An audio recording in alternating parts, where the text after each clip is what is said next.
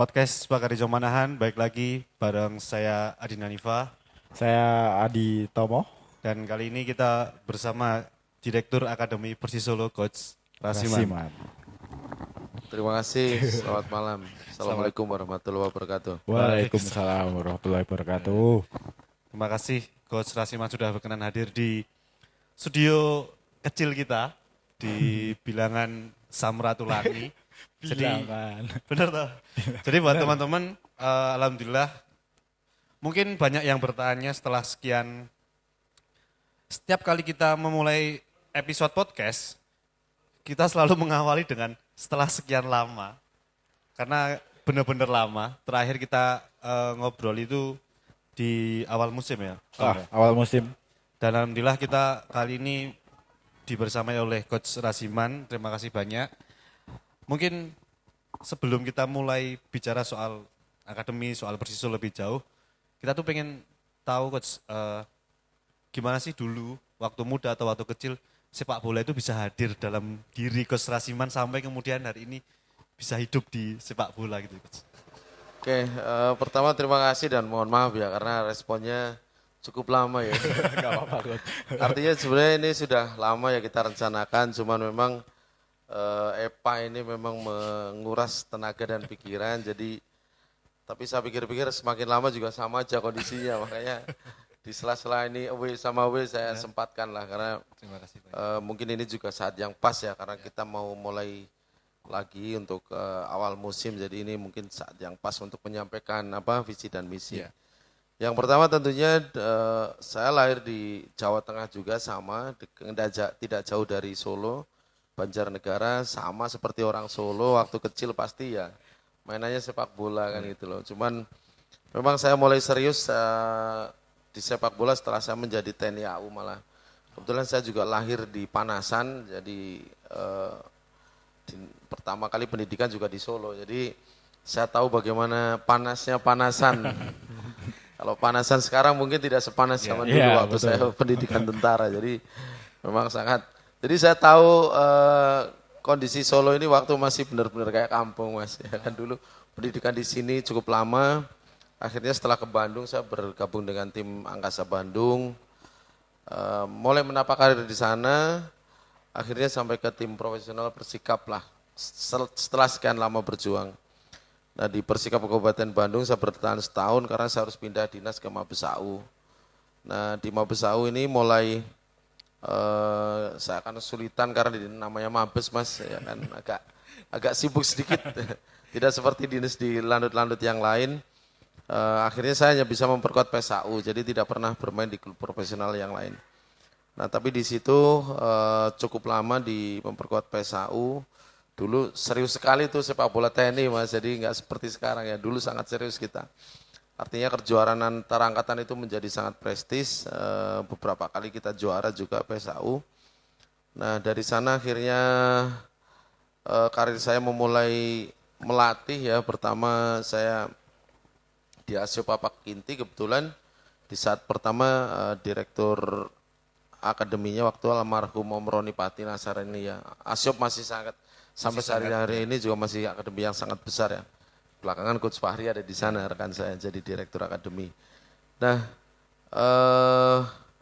saya berkesempatan untuk sekolah AFC Project Future. Jadi ini saya merupakan angkatan pertama di Indonesia pelatih yang disekolahkan oleh PSSI ke AFC. Ini generasi pertama ketika AFC mau melakukan regenerasi. Nah, waktu itu berbarengan juga dengan program yang lain seperti wasit. Ya. Oh, iya. Nah saya mengikuti angkatan pertama Project Future, kebetulan saya lulus di Sabah, melanjutkan lisensi B saya di Singapura. Setelah itu saya kebetulan di tim nasional cukup lama ya, di U14, 16, 19 dengan banyak sekali head coach ternama ya, Coach Bambang Nurdiansyah, Coach Fahri, Coach Subangkit, Coach Mundari, hampir semua lah. Hampir semua senior-senior saya pernah bekerja sama bareng. Meanwhile saya juga waktu itu menjadi HPU, headnya High Performance Unit, kalau bahasa sekarang itu tim analisis lah. Nah saya kebetulan menangani semua tim nasional Mas, jadi cukup sibuk. dari tataran U16 sampai tim senior. Jadi dari almarhum Om Sultan timnya U16 sampai Alfred Riedel. Jadi saya menangani semua. Setelah itu kebetulan di akhir 2015 ya kalau nggak salah di pertengahan Indonesia di bench waktu itu sama FIFA yang membuat akhirnya kita mengusir diri ke Malaysia ya. Karena kebetulan saya dapat tawaran melatih di sana bareng Coach RD, tim SEA Games kita, Coach RD, almarhum Pak Satya Bagja dan Coach Kurnia Sandi ya, kita berempat menjadi rombongan pelatih pertama Indonesia yang bekerja di klub profesional di luar negeri ya. Sangat bangga juga waktu itu. Nah, bertahan 2 tahun di sana, akhirnya saya kembali ke Sriwijaya, dari Sriwijaya ke Madura. Madura akhirnya saya berlabuh di Persis Solo. Itu tadi berarti ceritanya ya. Cerita pengenalan sepak bola pertama Iya. sampai Sampai di Persis Solo ya. Di Persis Solo mungkin mas-masnya lebih tahu dari saya. Lalu Coach, alasan apa Coach yang membuat Coach Rasiman menerima tawaran untuk menjadi direktur akademi ya di Persis Solo gitu? Iya, mungkin natural habitatnya memang saya di usia muda ya awalnya, karena memang saya mengawali karir betul-betul dari soccer school ya, dari Asio Papakinti ya kan, terus di tim nasional usia muda sampai 19 ya, 16, 19 hampir semua tim nasional saya ikut dari berbagai macam head coach. Jadi mungkin saya punya pengetahuan yang cukup di situ. Tentunya yang kedua, saya lihat ketika Persis Solo promosi itu kan heboh ya. Jadi Ya, betul. yang generation of owners gitu lah. Harapan saya ya dengan owner-owner yang muda, yang punya visi misi yang lebih baik ya daripada yang tradisional. Karena kan dulu owner-owner kita kan sepuh-sepuh ya di Indonesia. Nah ini kan Persis Solo salah satu young generations yang mempunyai klub.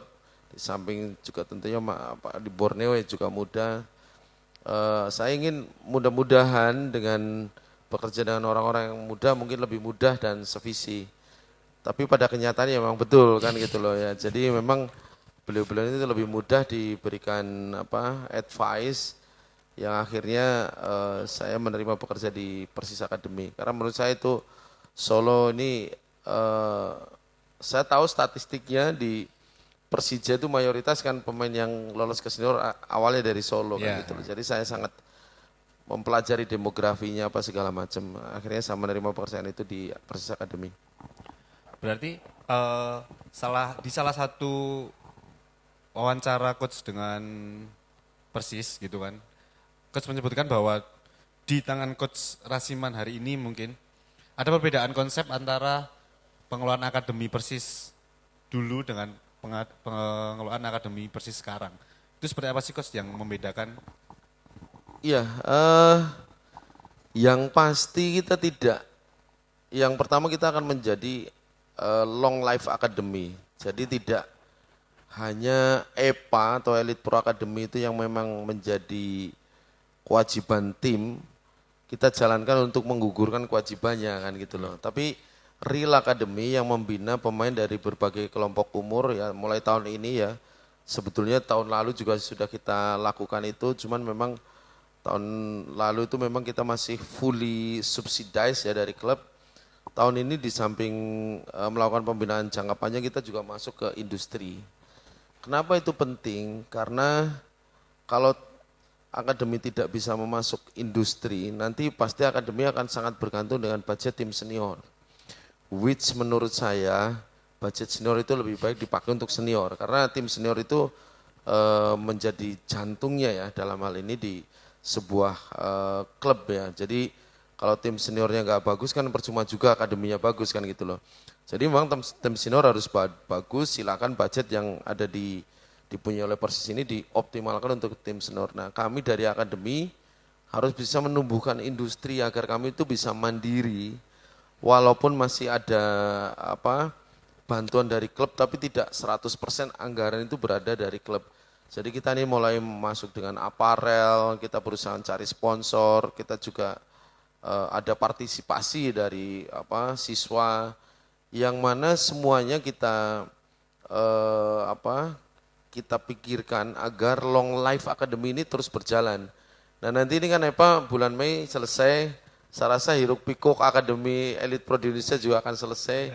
Mungkin hanya Persija dan Persisolo yang akan masih yang latihan ya. Harapan saya mungkin Borneo ya, karena Borneo sudah punya masuk ke arah industri juga. Tapi akademi yang lain tentunya akan berhenti kan. Nah itu kan sayang, artinya ada setback. Ketika pemain harus berhenti 6 bulan lagi baru ini. Nah, sementara kan kita akan terus berjalan sambil kita juga melihat bakat-bakat lagi yang ada. Kita setiap tahun akan merekrut pemain, tapi di dalam roadmap kita bahwa setiap tahun kita maksimal hanya bisa mendegradasi 25% pemain yang ada. Jadi kenapa itu penting? Karena kita tahu persis bahwa akademi usia muda adalah proses jangka panjang. Kita tidak pernah tahu bahwa pemain ini akan jadi atau tidak. Contoh Fakih ya, Mas Fakih itu pas saya datang itu kondisinya juga masih tertinggal dari pemain lain, tapi dengan latihan yang betul, dengan metode latihan yang dan anaknya punya kemauan, ternyata Fakih promosi duluan kan gitu loh. Begitu juga misalnya Sanadin gitu loh. Dulu saya orang nggak percaya ini kecil, Altaf ini kecil, semuanya bilang semuanya kecil kan gitu loh. Saya yang percaya bahwa ini bisa jadi pemain karena mereka punya diversity yang berbeda dengan pemain lain. Jadi memang itu juga knowledge Mas ya. Jadi how to see the potentials terutama ya itu memang menjadi hal yang sangat complicated di akademi. Makanya dengan sedikit pemain yang akan masuk ke akademi kita, mayoritas kita akan punya 80-85%. U20 mungkin akan bermain dengan tim yang sama lagi, U17, 18 kita tim yang sama lagi, U16 kita udah punya dari tahun kemarin. Artinya nanti setiap tahun kita tuh tidak akan banyak berubah. Saya rasa dengan seperti itu, continue to sukses itu pasti akan terjamin. Oke. Ini Coach Rasiman kan berarti udah dari tahun 2022 ya di Solo ya. Artinya mungkin udah 4 tahun sudah bertemu, menyaksikan ratusan bahkan mungkin ribuan ya Coach talenta lokal. Tadi kita mungkin sempat bahas sedikit ya, Persis Youth itu terbuka untuk siapapun, untuk bakat dari manapun, bahkan dari tadi Coach sempat mention soal ada pemain yang dari Papua sampai di Medan kan. Yang ingin aku tanyain Coach, bagi Coach Rasiman itu apa yang membedakan karakter atau DNA dari pemain-pemain youth atau pemain di akademi dari Solo Raya dengan pemain yang mungkin tidak dari Solo Raya, Coach? Apa yang membedakannya gitu? Yang pertama tentunya pastinya the way of playing ya. Di Solo ini kan main bolanya lebih stylish ya. Jadi mungkin anak Jawa Timur lebih pras-pras ya kalau bahasanya. Tapi jujur di akademi kita ini memang ada filosofi kita ya. Kita kembali lagi ke filosofi Sambernya bahwa kita harus getih ya. Jadi saya rasa juga sekarang cara akademi kita bermain juga bukan lagi seperti itu gitu loh. Kita betul-betul bahasanya ya kalau kita bermain kayak orang paten-patenan gitu loh. Kita main sampai sama TE gitu loh. Memang itu penting. Mungkin Masnya bisa mengulik sedikit itu statistiknya Persis Akademi. Kita di luar tuh menangan loh malah. Betul. Nah, betul. Itu kan kesulitan kita di home itu justru karena lawan mesti low block counter attack. Jadi kita banyak kecurian di situ. Tapi kalau kita perang, kita lebih banyak menang ya sebetulnya. Kan di luar kita menang terus Mas. Kita ya kalah U16 kita kalah sama PSM di home 1, menang 1, di away menang 2 kali. Malut kita nggak menang loh di home terus 1 kalah 1 menang semua di Malut. Begitu juga dengan akademi yang lain gitu. Begitu juga dengan U20. Memang semangat pantang menyerah getih itu ya menjadi bagian yang tidak terpisahkan. Kita ingin agar anak-anak Solo mempunyai DNA Sambernyawa. Wani ya kan, berani rela berkorban ya kan, berani sengsara ya kan. Saya kehilangan di U20 mungkin 12 pemain ya di pertandingan kemarin. Kita main pemain seadanya ya kan, tapi mereka bertarung sampai akhir gitu loh.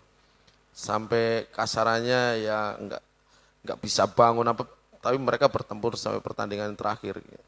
Itu DNA yang mau kita timbulkan. Jadi bukan pemain kita harus menyelesaikan, tapi orang-orang yang datang harus mempunyai jiwa itu, semangat pantang menyerah lang getih gitu. Memang saya setuju itu, karena memang sepak bola itu tanpa itu ya, tanpa adrenalin itu saya rasa kayak sayur kurang garam. Itu menurut saya. Kurang ya coach ya.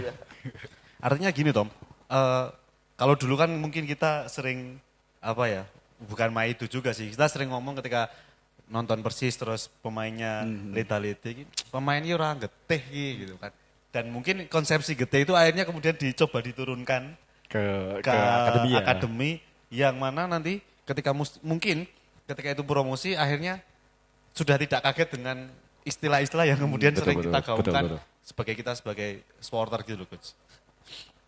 Ya itu DNA ya, jadi setiap daerah kan mempunyai ciri khas masing-masing ya. Mungkin kalau orang Papua senang main tiki taka, main indah, ya kan itulah. Nah, Solo ini kan pemberani itu memang sudah ada dari DNA-nya kan gitu loh. Jadi kita ingin bahwa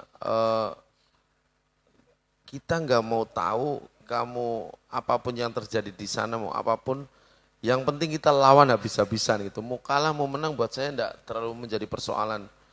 Tentunya ya tidak serta-merta ngawur ya. Betul, kita bilang bahwa tactically well prepare, physically well prepare, mentally well prepare. Tapi di saat kondisi genting ya, ketika pertandingan sulit ya di away terutama, kita nggak boleh U16 kita nggak pernah kalah away loh mas. Nggak pernah kalah away. Nggak pernah kalah away. Enggak, cuman draw di Bali 2 kali, yang lainnya menang semua mereka. U20 kita hanya di awal-awal lawan Malut, lawan Bali, tapi setelah itu di W kita di Makassar away sulit pun kita masih menang. Artinya memang sebetulnya semangat pantang menyerah kan gitu loh. Jadi dengan seperti itu aja, dengan pengetahuan yang kita punyai, anak-anak kondisi fisik yang bagus tentunya, teknik yang saya rasa kalau teknik standar buat kita ya semua pemain pasti punya itu. Tapi pengetahuan secara taktik juga mereka cukup bagus ya untuk kemarin teman-teman saya dari Spanyol impress karena tim kita dari 16 sampai 20 main exactly dengan cara yang sama. Jadi mereka tahu persis bagaimana kita mau pressing, bagaimana, dan kita nggak ada main bola counter attack gitu. Kita maunya dominasi di tim lawan, di lapangan lawan. Itu filosofi kita. Jadi nggak ada kita mempersiapkan tim, oke kita akan away ke Persib, kita akan defend counter, dada. Kita akan high pressing, apapun yang terjadi kita akan lakukan pressing di daerah lawan. Kalau mereka nanti nyampe kita, oke kita pressing, kita akan counter attack lagi, kita akan main di daerah lawan. Jadi secara terus-menerus kita akan melakukan approach yang sama itu. Sehingga pemain yang lulus dari akademi harapan saya mempunyai personality. Karena dia bukan tim inferior yang biasa ditekan terus counter attack sekali nyerang gol. Nah kita bukan seperti tim seperti itu. Kita pingin yang memang tim yang mendominasi dan agresif di area lawan. Tapi baik lagi soal ke akademi yang mungkin konsep tahun ini berbeda ya coach. Dengan ditiadakannya konsep asrama. Itu sebenarnya maksudnya seperti apa dan harapannya dengan kemudian tidak ada pemusatan keasramaan itu, apa yang kemudian diharapkan dari Akademi Persis ini? Ya, tidak ada salah sih sebetulnya kalau memang secara budget kita mempunyai itu ya. Tapi saya sampaikan tadi di awal, seandainya kita akan mensentralisir tim kita, persoalannya mungkin nanti klub tidak punya nafas sampai 1 tahun kan gitu loh. Jadi pembinaan harus terhenti. Dari hitung-hitungan saya kemarin, dari awal pun di Zanadin CS itu saya sudah sampaikan ke Pak Kevin waktu itu bahwa sebaiknya kita tidak boarding. Kenapa? Karena anak-anak harusnya memang pulang di rumahnya orang masing-masing, bersekolah ya kan. Problem sosial itu sebetulnya jauh lebih kecil ketika anak-anak ada di rumah kan gitu loh. Yang kedua tentunya ya biar tidak inklusif society, mereka juga akan bergaul dengan masyarakat, bergaul sosial. Karena banyak juga sekarang anak-anak dari daerah lain pada kos di sekitar kita juga, ya kan. Jadi memang itu anak Papua kos dengan santri yang anak Semarang, seorang santri ya kan, kosnya di sana di Colomadu ini kan menjadi hal yang unik gitu loh. Sekarang Abraham udah biasa bahasa Jawa, udah biasa wedangan. Ini kan hal-hal yang kita ingin ya. Jadi bukan hanya mereka datang ke sini mau pingin main bola pergi, tapi mereka to be a Solo to be Surakartan gitu loh, menjadi orang Solo. Itu penting karena tanpa itu mereka nggak punya self belonging. Akhirnya mereka tidak mungkin akan mati-matian, nggak mungkin mereka bisa ngetik karena mereka tidak memiliki badge atau lambang Sambar Nyawa di dadanya gitu loh. Berarti kalau dengan yang disampaikan coach tadi, artinya memang penting peranan pembinaan di usia dini, khususnya di Akademi Persis Solo gitu, misalnya soal pemantauan terkait society atau terkait lingkungan dari pemain-pemain itu sendiri, coach. Ya, secara rutin kita melakukan visit ke anak-anak kita yang di kos ya.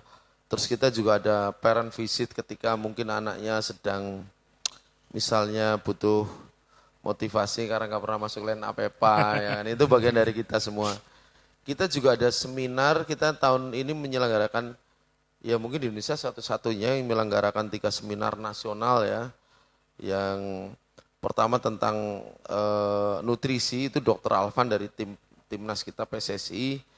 Tentang psikologi itu Dr. Asti juga dari psikologisnya tim nasional, terus dari Departemen Kewasitan. Itu bahkan orang tua dan anak-anak juga ikut semuanya ikut workshop, biar mereka tahu jangan asal ngomong kalau kewasit kan gitu loh. Sehingga ini juga bagian integral dari kita untuk membina bahwa memberikan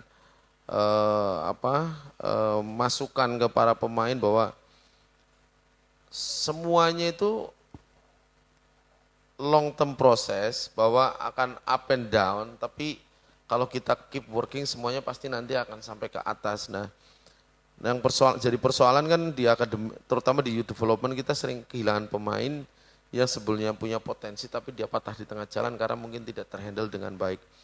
Nah, kita ini sudah kayak customer service yang siap melayani para klien kita, para wali siswa, anak-anaknya terutama yang memang bermasalah dengan berbagai hal untuk memberikan edukasi terutama dan support ketika mereka memerlukan support kita. Beberapa pemain kita, pelatih kita juga visit ke kediaman beberapa pemain yang memang memerlukan itu, sehingga jangka panjang itu kita nggak banyak kehilangan pemain. Karena saya sangat percaya betul bahwa itu soal proses jangka panjang yang baik. Sehingga kalau dengan panjangnya waktu dan prosesnya baik, saya rasa hasilnya akan maksimal. Coach, aku keluar konteks sedikit. Aku penasaran aja sih, kayak kan konteks akademi itu pasti berkaitan dengan orang tua, pemain dan pelatih gitu kan. Ada gak sih Coach kayak orang tua yang marah-marah kayak kudu iki pemain anakku striker Mas, ngono kok dadi back gitu. Ada gak sih Coach? Pengalaman. Ya, biasanya komplainnya sebetulnya anaknya nggak terbawa ketika away atau menurut saya itu hal yang wajar ya. Karena komplain itu kan bagian dari rasa keingin maju. Nah, saya menyampaikan ke teman-teman ya bahwa di akademi ini nggak boleh baperan gitu loh. Jangan dikit-dikit kita ini marah. Termasuk grup kita juga kita open kok untuk Walsis untuk memberikan komentar apa segala macam. Sehingga kita tahu ya apa yang terjadi, kegelisahan gitu kita bisa baca. Nah, tentunya sebetulnya kan orang-orang ini juga para Walsis ini kan rekan kerja ya buat kita semua. Ya itu memang harus diopeni kan bahasanya Mas ya. Saya rasa dengan ditelepon aja udah selesai. Nah, tapi so far kita termasuk minim orang-orang yang cross the line karena kita udah betul-betul ketika mengawali akademi kan kita ada workshop ya nanti dengan para wali siswa. Di dalam workshop awal itu menyampaikan bahwa lapangan itu daerahnya kita, di luar lapangan kita bisa berembuk gitu loh. Meanwhile kita juga tidak serta-merta mau cari menang saja, tapi kita juga memberikan kesempatan pemain untuk berkembang. Contoh di U20 kita udah mulai mempromosikan pemain U18 kita naik. Ketika pemain U20 kita kurang, saya nggak melakukan rekrutmen lagi gitu loh. Artinya di setengah musim kan Saya sebetulnya bisa melakukan rekrutmen pemain-pemain U20, tapi saya lebih memberikan kesempatan anak U18 kita promosi. Nah, dengan begitu kan akan lebih banyak pemain kita yang involve kan gitu, sehingga harapan kami semua itu juga dilihat sama wali siswa itu bahwa kita melakukan proses yang benar. Oke, Coach. Balik ke Persis Academy atau yang berkompetisi di EPA ya Coach ya. U16 saat ini masih konsisten berada di puncak klasemen, nyaman karena jarak poinnya mungkin terlalu jauh. Sedangkan U18 di awal musim sempat tertatih kan Coach, tapi kembali bangkit dan sekarang masuk ke 4 besar kalau nggak salah terakhir itu. Sedangkan U20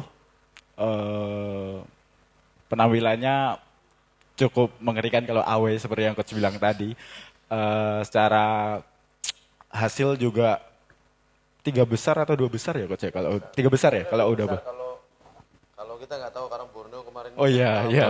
Soalnya kalau EPA itu karena jujur Coach saya kan dulu kalau dukung Persis itu kan nggak pernah ada yang ngerasain EPA atau segala macam. Akhirnya pas Liga 1 itu kan Persis berkompetisi di EPA itu tahu nih patternnya gimana atau kebiasaan tiap musimnya gimana, dan yang aku temukan itu kalau untuk EPA untuk empat besar mungkin ya, 4 besar secara kelompok umur per masing-masing umur itu ya ada isinya cuma Borneo, Persis, Persija, Persebaya, mungkin klub-klub itulah yang dominan gitu loh.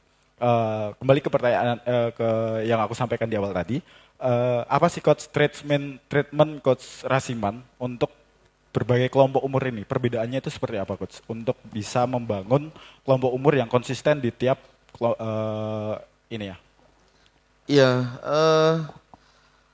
di rekrutmen awal ya. Jadi kita memang base-nya bukan under ya, tapi semua tahun kita tuh punya. Jadi contoh sekarang kita yang U20 itu mayoritas kan 2006, 2007. Tapi yang U18 kita punya 2 kelompok umur, itu ada under 17, ada under 18. Walaupun mayoritas kita juga sekarang main dengan pemain U17 kita. U16 kita punya sendiri, U15 kita juga punya sendiri. Jadi dengan begitu persiapannya akan lebih. Nah sayang tahun kemarin ya kita nggak tahu apakah itu blessing in disguise ya, karena kita persiapan hanya 2 minggu ya waktu itu. Artinya semua tim udah melakukan seleksi, kita nih bahasanya kan pemainnya tinggal sisa. Udah diambil Borneo, Dewa, semuanya udah menjajah Solo.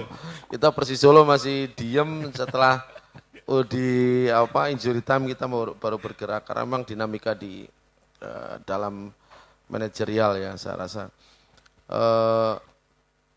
Harapan saya nanti setiap tahun kita akan punya tim yang konsisten. Jadi bahkan untuk EPA 16 tahun depan kita timnya udah siap kan sehari ini. Nah mereka nanti akan main di U-Suratin, setelah Suratin langsung ke EPA 16. U18 kita kan mayoritas malah sudah bermain kan, karena pemainnya rata-rata kelahiran 2009. Kita memang sempat punya problem besar di pemain kelahiran 2008. Dan ini problem nasional, bukan problemnya Persis saja, karena memang pemain kelompok itu tidak pernah menjadi badge di sebuah kompetisi. Artinya dulu EPA digelar tahun ganjil terus. Akhirnya 2008 nggak pernah kebagian, baru kali ini pemain kelahiran 2008 kebagian di top leadernya, di umur paling tua. Tapi mayoritas mereka saya akan perpanjang ke U20 dengan potensi yang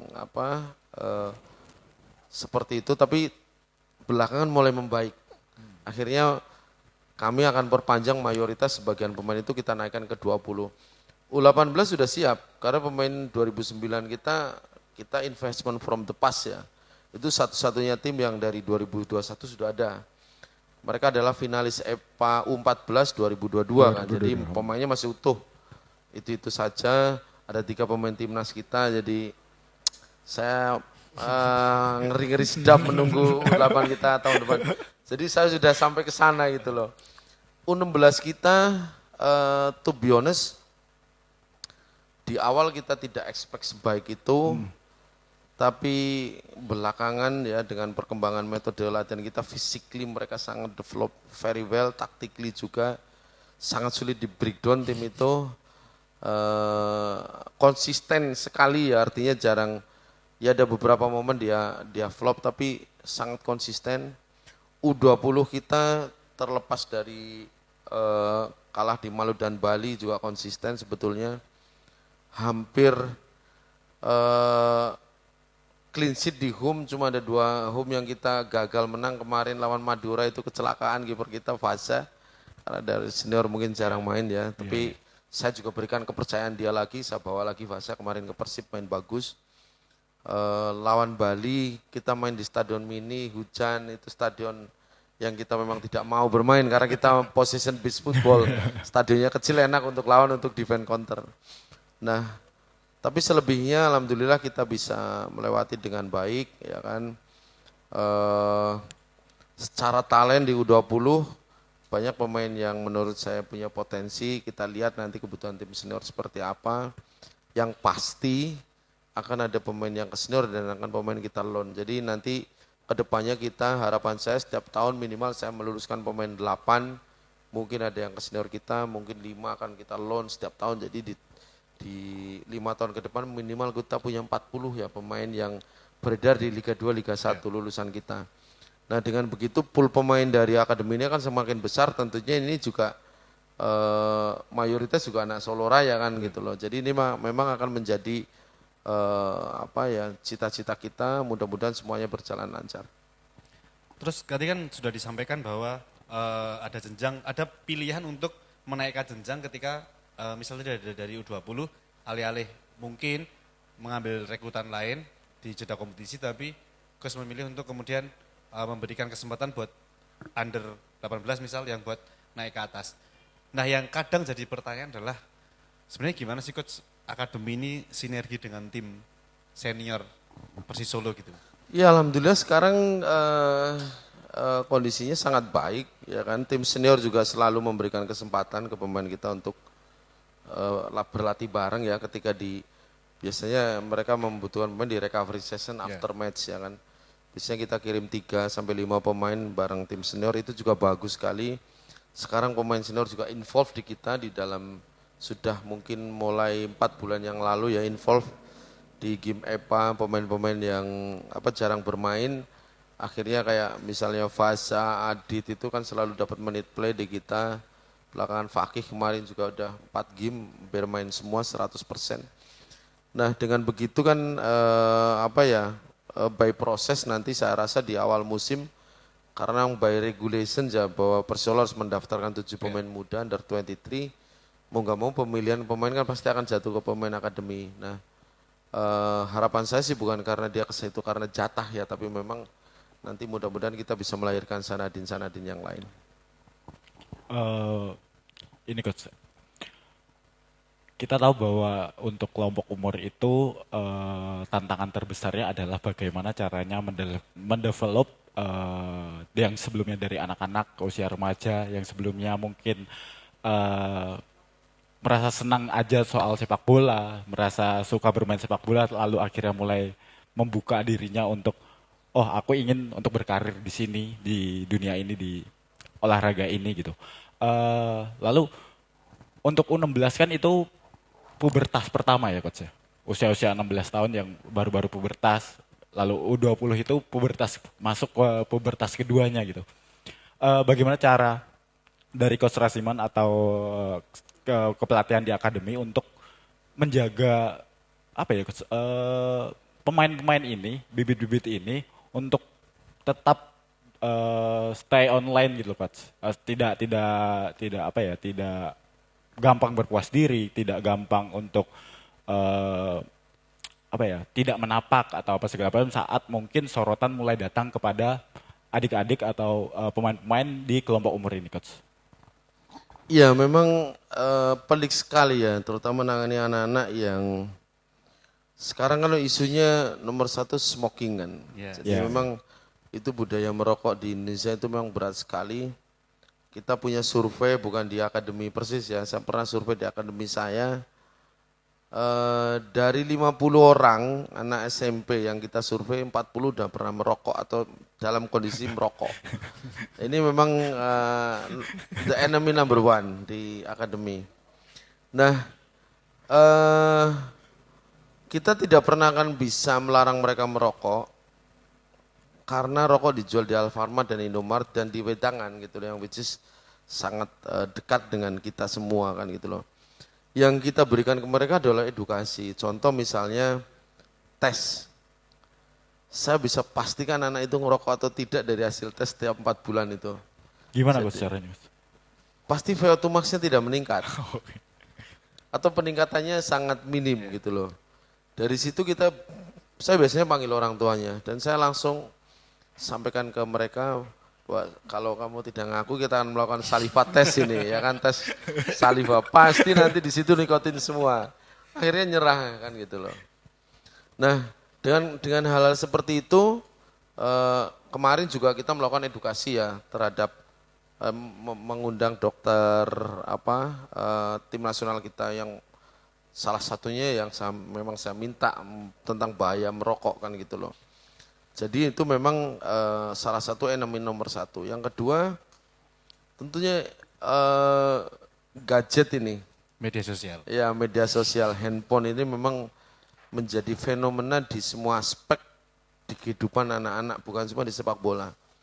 Nah, dulu kan mungkin classroom apa kan gitu loh. Sekarang kan semuanya bisa lewat handphone kan gitu loh. Contoh saya di U20 ketika mau briefing sering sekali kita berikan mereka PowerPoint-nya, nanti saya tanyain aja saat meeting, Bu, kamu di mana posisi? Saya di sini.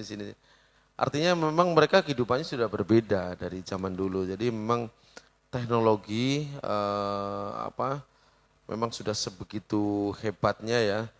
Which is akan merugikan, akan bisa menguntungkan juga untuk kita. Jadi kita juga harus bisa mengolah dari situ. Media sosial, nomor 3 pergaulan, ya kan. Nah, anak-anak ini kan ini memang culture-nya ya, kebudayaan orang Solo kan senangnya wedangan Mas. Jadi memang nggak bisa kita ini. Saya banyak ke daerah. Jadi saya tidak pernah akan menjudgment sesuatu tentang negatif. Contoh kita di Aceh, ya saya melatih PON Aceh jangan pernah saya membuat latihan pagi. Oh, mereka tidurnya pagi semua kan gitu loh. Nah, understanding tentang itu kan penting kan gitu loh. Jadi, nah di wedangan 2 hal biasanya, minum manis sama begadangan. Itu musuh utama ya yang karena memang kalau saya orang Solo kan senangnya es teh kampul, es teh manis kan gitu loh. Jadi itu memang hal-hal yang memang harus edukatif ya ke mereka. Artinya dengan misalnya saya pernah sekolah di Vietnam, saya makan siang teman-teman saya pakai bir semua itu kan. Artinya sebetulnya kan ternyata Vietnam juga main bolanya bagus. Di Papua juga begitu. Saya pernah latih pemain Papua di Madura banyak, ada 4 orang. Saya juga melakukan special treatment sama mereka. Jadi memang kita harus mengerti tentang budaya yang ada di Solo ini apa, demografinya, bagaimana sih dari budaya itu menjadi hal yang positif kan gitu loh. Nah, buat orang-orang dari luar daerah yang kos juga mendapatkan makanan yang berkualitas juga tidak mahal ya. Wedangan itu tak lihat juga banyak warung-warung yang memang murah di sini, itu kan bagus ya untuk orang-orang dari luar daerah yang ada di akademi ini. Nah, jadi semua itu memang menjadi bagian yang integral di akademi karena anak-anak remaja ini memang keinginannya sangat susah. Pengalaman saya memang kita harus tidak berhenti memberikan motivasi sama mereka. Mengingatkan bahwa mereka itu the next professional footballer, jadi kehidupannya juga semua harus ditata. Karena larangan, marahan itu tidak pernah akan membuat mereka itu jerah. Tapi ada satu trik ini ya kalau saya boleh ini. Saya senangnya nyemoni Mas anak-anak itu. Contoh nih si A kita tahu pernah ke diskotik gitu. Setiap ketemu atau doa ya kita sering guyonin itu. Gimana malam diskotik mana? Dibahas terus gitu. Tapi tidak dengan marah gitu loh. Terus ada pemain yang pernah ngerokok sehari misalnya habisnya 1 bungkus. Saya tanya, hari ini udah berapa batang gitu loh. Nah dengan begitu kan mereka jadi mau marah ke saya nggak bisa karena saya nggak marah ya. Iya, kan, gitu. betul. Tapi dia malu kan. Malu tapi saya tidak mempermalukan kan gitu loh. Artinya Mungkin untuk bahasa Jawanya perkiwuh ya. perkewuh, Perkiwuh ya. Nanti kan lama-lama mikir besoknya coach saya udah enggak loh coach. Nah ya itu sebetulnya itu yang saya tunggu Mas. Karena larangan itu nggak mempan di mereka. Tapi semonan itu penting itu. Saya mulai melakukan itu sekarang. Jadi apa ya? Anak-anak kan lucu kan sebetulnya ya. Karena mereka ini saya kasih contoh Sanadin Ses itu. Ya. Dia tinggal di lantai 3 loh, turun dari lantai 3 lewat itu loh Mas. Lewat tembok itu loh. Itu kalau jatuh itu kan mati semua kan kira-kira itu. Itu mereka lakukan itu loh. Keluar dari mes, loncat 3 lantai itu loh. Nemu ya coach caranya mereka ya coach. Nemu aja caranya, karena Pak Green tinggi dia akan loncat lebih tinggi. Jadi itu filosofinya. Jadi memang kita harus paham betul ya bahwa dunia anak-anak gitu loh. Nah kadang-kadang kan kita nih menyikapi segala sesuatu berlebihan ya. Jadi saya ini termasuk orang yang apa ya, dibilang dengan hal itu bukan permisif tapi bahwa itu akan terjadi. Dan itu terjadi di dalam lingkungan kita. Yeah. Jangan pernah mendenial bahwa enggak ada orang rokok. Wong saya punya statistiknya 90% itu ngerokok anak bola itu. Itu statistik sebelum mereka ke Persis Academy loh Mas. Waktu mereka SMP loh ya. Jadi bagaimana membuat mereka itu menyadari bahwa rokok itu membahayakan dirinya untuk menjadi pemain profesional. Bahwa begadang itu enggak boleh, bahwa minum wedangan itu enggak boleh. Minum manis itu boleh. Kamu kalau wedangan kamu minum jahe jeruk kayak gitu yang sehat, pakai gula Jawa yang memang lebih sehat, lebih healthy. Artinya kita nggak bisa kan mematahkan culture yang ada. Orang Aceh Mas, jam 2 tuh kayak pasar malam. Di kopiannya Aceh, di sini tuh jauh lebih baik kayak gitu. Tapi saya mau marah, nggak bisa. Mereka besok juga kembali lagi mereka nongkrong ngopi karena kebutuhan itu. Akhirnya apa ya udah latihan sore aja. Kenapa saya harus memaksakan hal yang mereka nggak mau? Sembari kita melakukan edukasi tentunya ya, karena kan itu agak baik juga kan. Tapi hidup mereka memang begitu. Orang Papua tetap minum kok, tapi mereka main bolanya jago juga kan. Nah kapan mereka boleh minum, kapan enggak sebetulnya kan gitu loh. Ini menurut pendapat saya, karena mungkin orang akan melakukan approach yang berbeda-beda. Saya lebih ke persuasif ya, yang tidak membuat anak-anak jadi ketakutan malah menyembunyikan persoalan itu. Karena banyak anak-anak yang lapor ke saya kok, coach hari ini saya ngerokoknya udah kurang 1 per hari. Itu bagus loh. Bagus. Laporan progres. Laporan progres. Iya, tidak saya acknowledge bahwa dia itu merokok. Iya. Ya kan? Dan saya tidak marahin, saya tidak berhentikan dia dari akademi. Tapi saya kasih motivasi bahwa tes mulai nggak pernah naik loh. Gimana? Oh iya coach, kayaknya memang harus kurangi. Kamu harus mengurangi. Gak bisa berhenti besok kalau perokok aktif itu misalnya. Gak bisa besok suruh berhenti, tetap dia akan ngerokok. Gak bisa ya. Gak bisa. Kita gagal terus ya. Artinya aku justru malah jadi menemukan hal baru bahwa filosofi pendidikan sepak bola usia dini itu ternyata sangat penting untuk melihat fenomena sosial di lingkungan wilayahnya. Kan seperti tadi coach sampaikan, kalau treatment di Aceh seperti ini, treatment mungkin ketika pendidikan akademi di Papua seperti ini, bahkan mungkin di Solo seperti ini. Berarti apakah seorang pelatih akademi gitu atau orang yang kemudian diberikan tanggung jawab untuk mengelola sebuah akademi sepak bola itu juga harus mengetahui lingkungan apa yang kemudian tumbuh bagi anak-anak didiknya gitu Coach. Iya, saya datang ke sini 2021. Hal yang pertama saya lakukan mengunjungi semua sekolah bola yang ada di Solo. Semua, jadi hampir semuanya. Ada 20 lebih. Ya. Yang anggota Persis otomatis, yang bukan pun saya berkunjung sampai dari Sragen sampai ke Klaten. Artinya saya ingin tahu yang di akar rumput apa yang terjadi. Jadi waktu itu saya melihat bahwa memang yang perlu dikembangkan di Solo adalah 2 hal. Pertama kompetisi, liga. Yang kedua adalah metodologi training.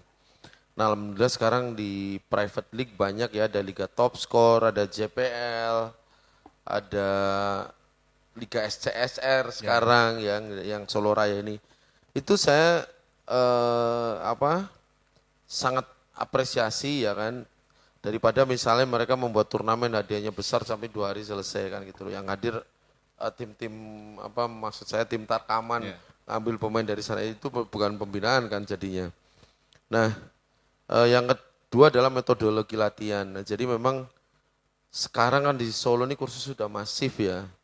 Artinya ada dari salah satu klub Liga 4 yang selalu melakukan pendidikan pelatih dan murah, tidak seperti sebelum-sebelumnya yang harus boarding, harus nginep segala macam. Ini kan bagus.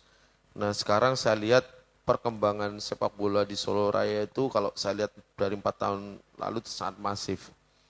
Nah, nextnya mungkin adalah soal fasilitas. Karena ini memang bukan hanya harus ada governance ya, peran dari governance. Mudah-mudahan nanti kalau ada dana desa tidak untuk membangun jalan kelilingnya, tapi membangun lapangannya kan gitu, yang buat bermain bola lapangannya. Walaupun tidak salah dia membuat membuat jalan. Biasanya lapangan di sini kan ada dibuatin jalan untuk muter itu ya Coach. putaran itu ya. Lebih banyak di situ sih membuat ini yang mudah-mudahan nanti ya lapangannya juga ikut dibangun. Tapi sekarang lapangan-lapangan desa di Solo juga kondisinya semakin membaik. Bahkan ada beberapa yang sudah stadion punya lampu ya, bisa bermain malam.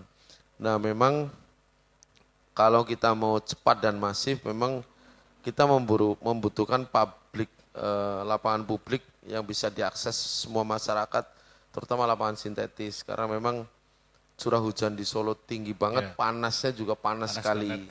Jadi memang sangat sulit memelihara lapangan di Solo yang ada fasilitas bagus, cuma Pemkot juga penggunaannya sangat terbatas, tidak bisa diakses oleh sekolah bola.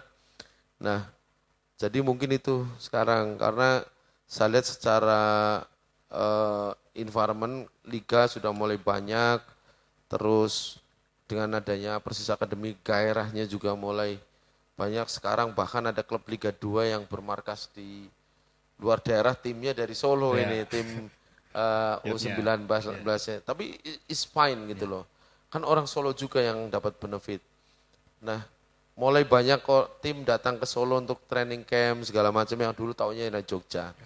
Nah, sekarang kan hal-hal seperti ini penting, tinggal ya harapan saya nanti ke depannya pemerintah daerah ya terutama bisa membangun fasilitas lapangan-lapangan sintetis yang bisa diakses murah atau paling tidak diberikan hari untuk pelaksanaan liga kan gitu, sehingga paling tidak anak-anak mempunyai tempat bermain yang baik, karena itu kualitas lapangan latihan memang menjadi persoalan yang sangat integral di Solo Raya.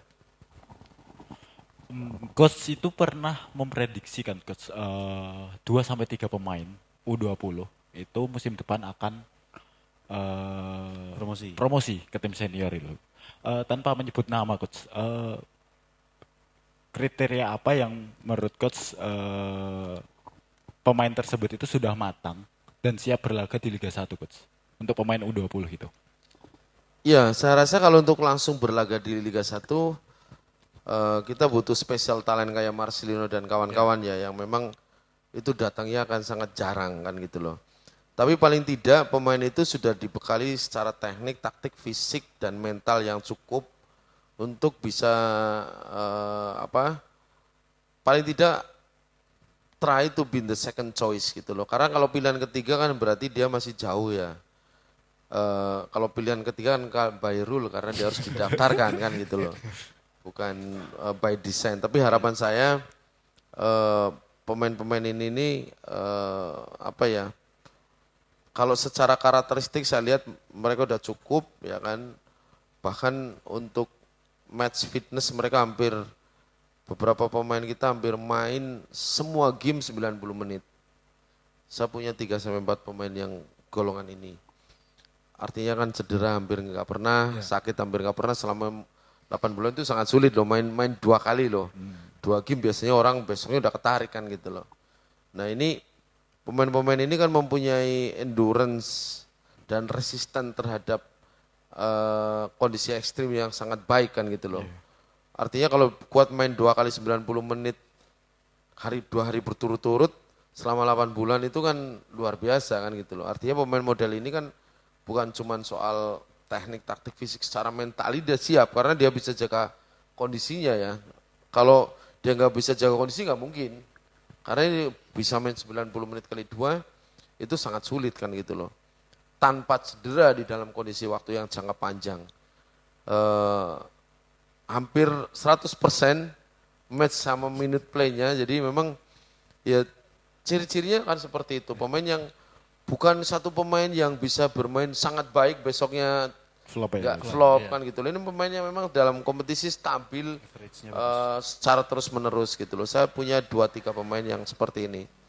Salah satunya saya sampaikan bahwa mungkin saya akan tetap di U20 karena saya pengen dia physically more better gitu loh. Karena saya lihat secara fisik dia ototnya belum siap untuk bersaing dengan misalnya pemain-pemain asing. Karena sekarang pemain asing lagi. Tapi beberapa pemain sekitar 2 pemainan saya mungkin kondisinya dia paling tidak akan bersaing dengan pemain-pemain lokal kita yang ada kan gitu loh. Karena dengan kondisi yang seperti itu, dengan VO2 max yang sangat tinggi, ada salah satu masa 64 malah ya.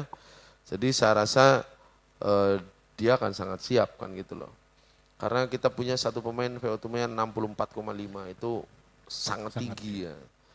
Dan yang lainnya ada beberapa pemain yang di atas 61 itu 5 orang. Jadi memang cukup fit ya tim kita. Makanya kan biasanya statistik di tim pertandingan kedua kita menangnya banyak-banyak gitu. Karena memang kondisi fisik kita pemainnya bagus-bagus.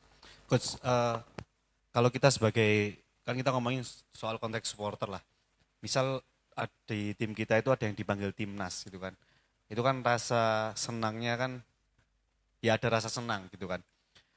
Tapi gimana sih, aku masih penasaran bagaimana perasaan seorang pelatih yang kemudian anak didiknya itu bisa sampai berada di level membela negara itu gimana Coach? Iya,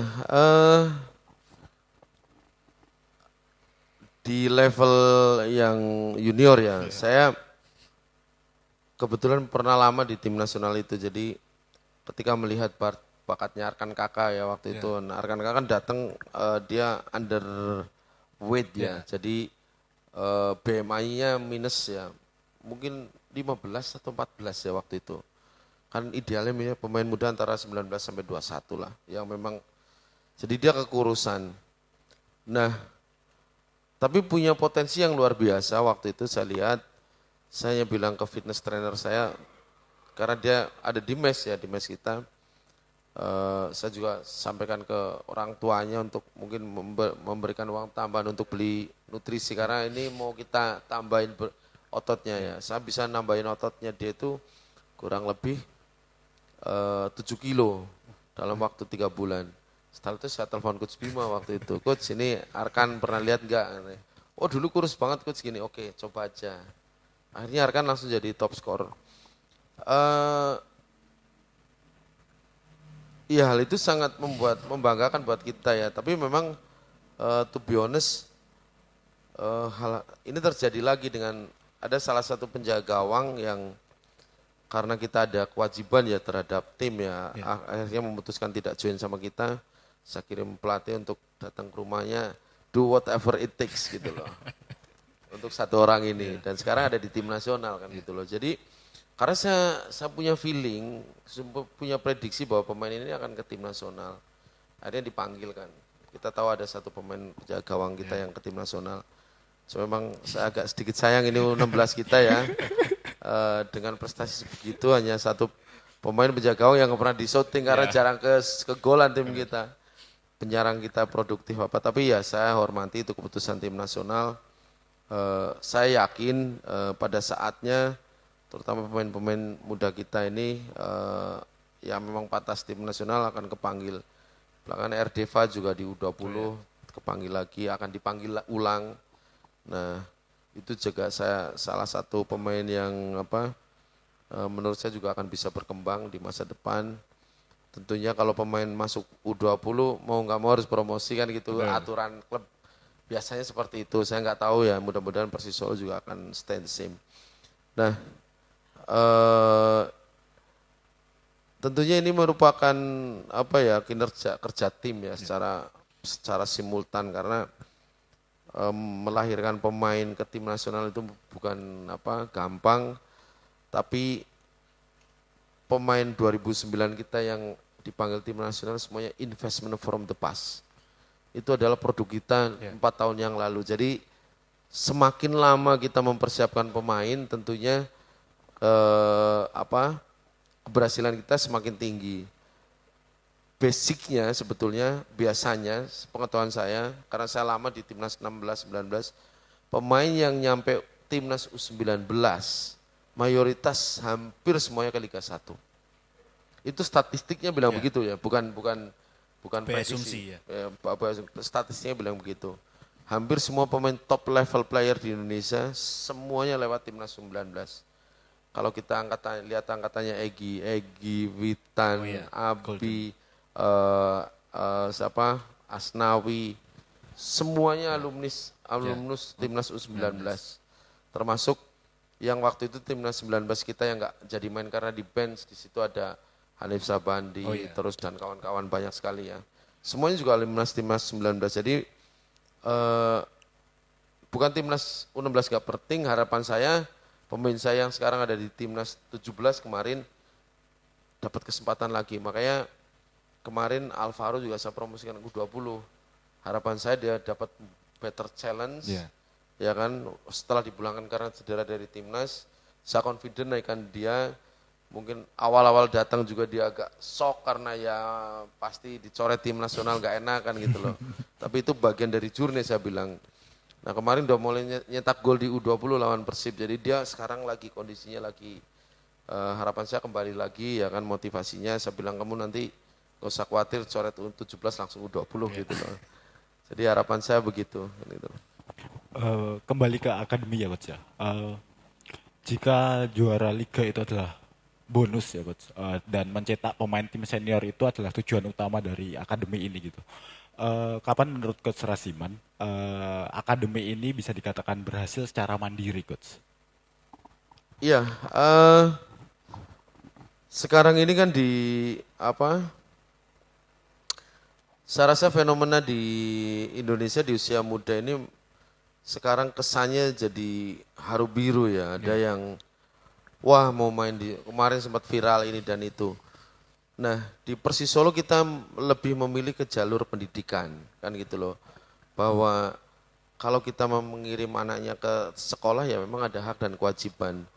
Tapi kan itu untuk proses pendidikan bukan untuk kompetisi ya. Kompetisi 100% dibiayai oleh klub. Sehingga kebutuhan EPA ini kan sangat tinggi ya. Kalau kemarin kita hitung itu per pemain per tahun itu hampir 50 juta ya untuk artinya kebutuhan setiap pemain selama setahun. Bahwa yang diberikan orang tua ke ini adalah biaya training ya, training fee kalau kita bilang. Nah, dengan begitu kita kan menjadi akademi yang jelas patternnya. Tidak, mohon maaf, mungkin tempat lain misalnya harus dengan paket yang ini itu untuk biaya kompetisi. Kita firm bahwa kompetisi semua dibiayai oleh klub. Nah, kenapa itu penting? Karena itu juga salah satu cita-cita Persis Solo untuk membawa akademinya ke industri. Sekarang merchandise kita jalan. Kita bahkan bisa kirim tim U12 kita, talent identification program sama 14 kita ke Bali. Itu juga part of industri ya, artinya memang bagian dari industri sepak bola. Bahwa kemandirian akademi itu penting sehingga perjalanan akademi tidak serta-merta ditentukan oleh budget tim senior. Itu kan bermasalah besar. Nah, kita ini belum seperti Real Sociedad ya kan yang mereka punya budget sekitar 9 sampai 10 juta euro per tahun. Tapi mereka jual Subimendi satu aja 60 juta euro. Artinya mereka jual satu pemain untuk 5 tahun ke depan. Tim kita kan belum masuk industri yang seperti itu.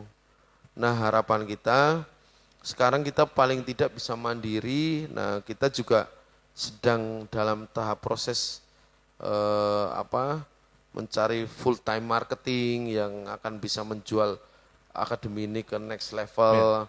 Terus mungkin bisa kerjasama dengan melalui CSR untuk memberikan beasiswa ke the best talent yang kita punyai, sehingga kedepannya mungkin lama-lama kalau kita mandiri secara finansial, kita memang tidak perlu lagi memerlukan sumbangsi dari para walsis gitu loh. Tapi saya rasa sekarang ya di industri yang modern ini semua orang sudah tahu bahwa sepak bola ada investasi. Kalau saya compare dengan apa yang saya lakukan, ya kan, saya ini waktu itu pelatih timnas U16, ya kan, kalau anak saya mau masuk ke PPLP itu pasti mudah, teman saya banyak. Yeah. Tapi saya milih kirim anak saya ke Spanyol karena dan investasi yang saya lakukan itu sangat besar loh. Karena sebulan kurang lebih waktu itu sekitar 20, total ya per tahun itu 20.000 euro kali 5 tahun, masih bisa hitung kan, hampir sekitar 100.000 euro ya selama 1 tahun. Nah, walaupun ada beberapa temennya yang tidak berhasil, tapi sekarang mereka kerja di Amerika dan di Jerman kan teman-temannya anak saya. Dan hampir semua pemain yang itu juga ada di Liga 1. Nah, kenapa saya dulu melakukan itu? Karena saya tidak melihat ada toolsnya di Indonesia. Nah, sekarang ini sangat beruntung. Banyak liga, ada EPA yang memang itu memang jalannya untuk membuat pemain usia muda itu kawah candra di mukanya di situ. Dulu enggak ada sama sekali di waktu anak saya masih kecil itu. Sehingga kita harus kirim mereka ke luar negeri agar di sana dapat berkompetisi liga ya. Sehingga pulang menjadi pemain profesional.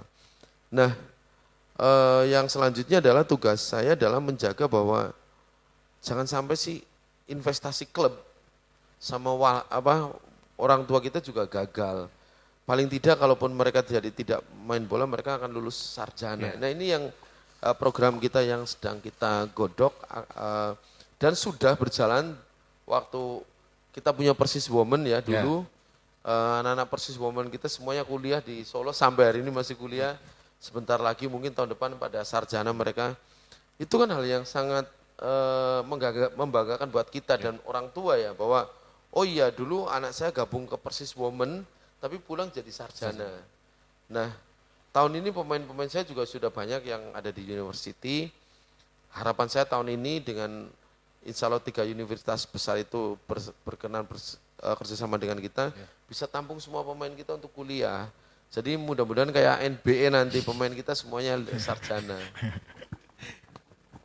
Coach, mungkin ini agak di akhir ya, kayak dengan segala visi atau mungkin yang akan dan sudah sedang dilakukan oleh Coach Rasiman dengan Akademi Persis dan tim Persis Solo, apa yang ingin sebenarnya disampaikan buat kita sebagai fans, sebagai supporter Persis Solo dalam melihat akademi tim kebanggaan kita itu?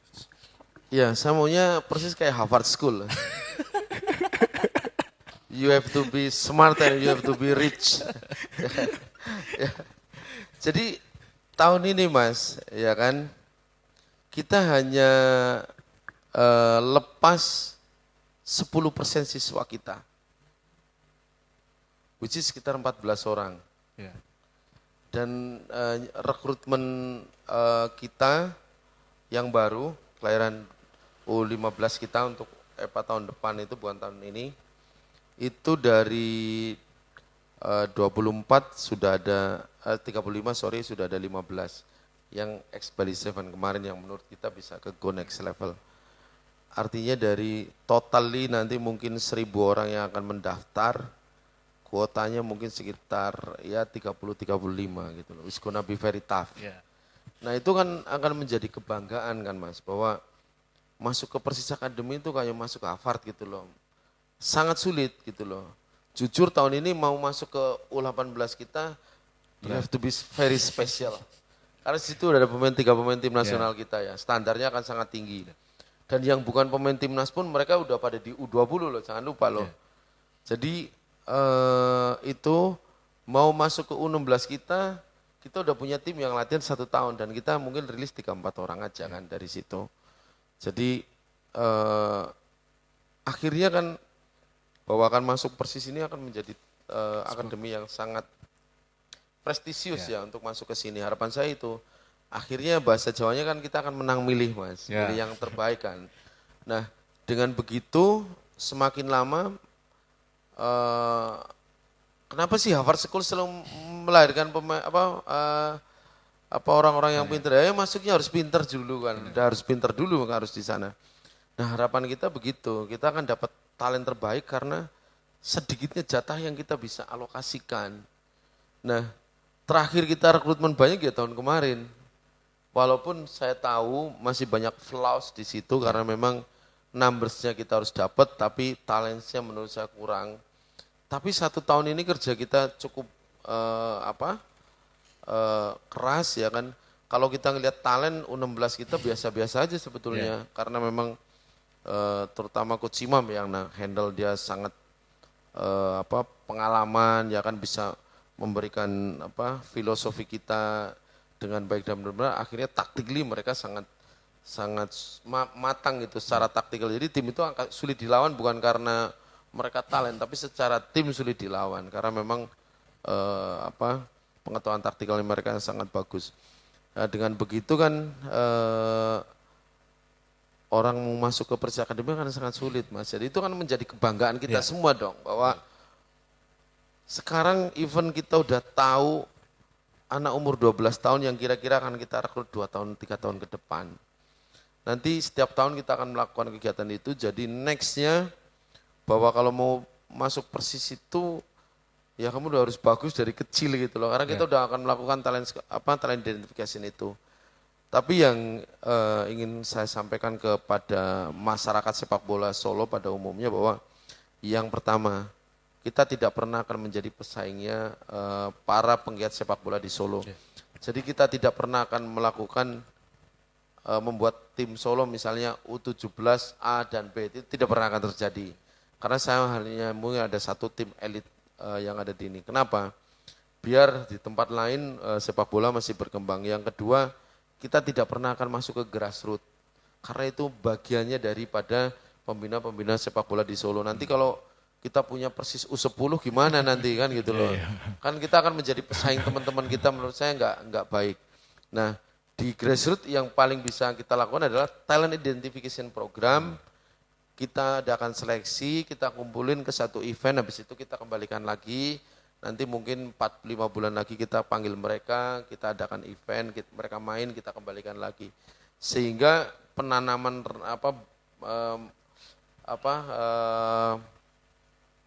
lambang Persis Solo di dada mereka dari dini sudah lebih cepat. Kenapa? Sorry Mas, banyak anak-anak kita ini kaget juga mengemban badge Persis Solo ini berat kan gitu loh.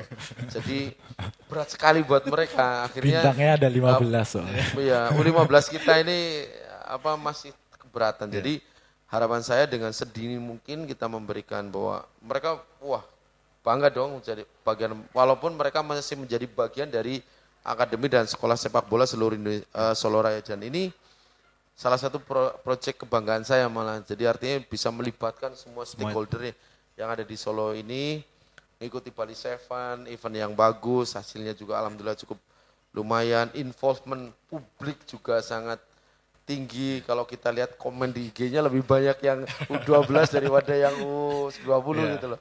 Kan kita bisa melihat ya involvement publik dari situ. Artinya kan memang bahwa Akademi Persis Solo ini sangat diminati ya, menjadi bagian yang seksi dari culture di Solo Raya ini. Dan bukan dari Solo Raja, kemarin ada dari Bandung, dari kita open ya, karena memang kita melakukan itu terbuka sambil kita melihat bahwa sebetulnya sampai mana sih akademi kita ini diminati. Ternyata cukup laris juga rumahnya, sampai ke Bandung, Persijap Jepara yang ada ini, dari Semarang, dari Jogja banyak ya kan. Yang ikut program kita kemarin, talent identification program U12-14 ya.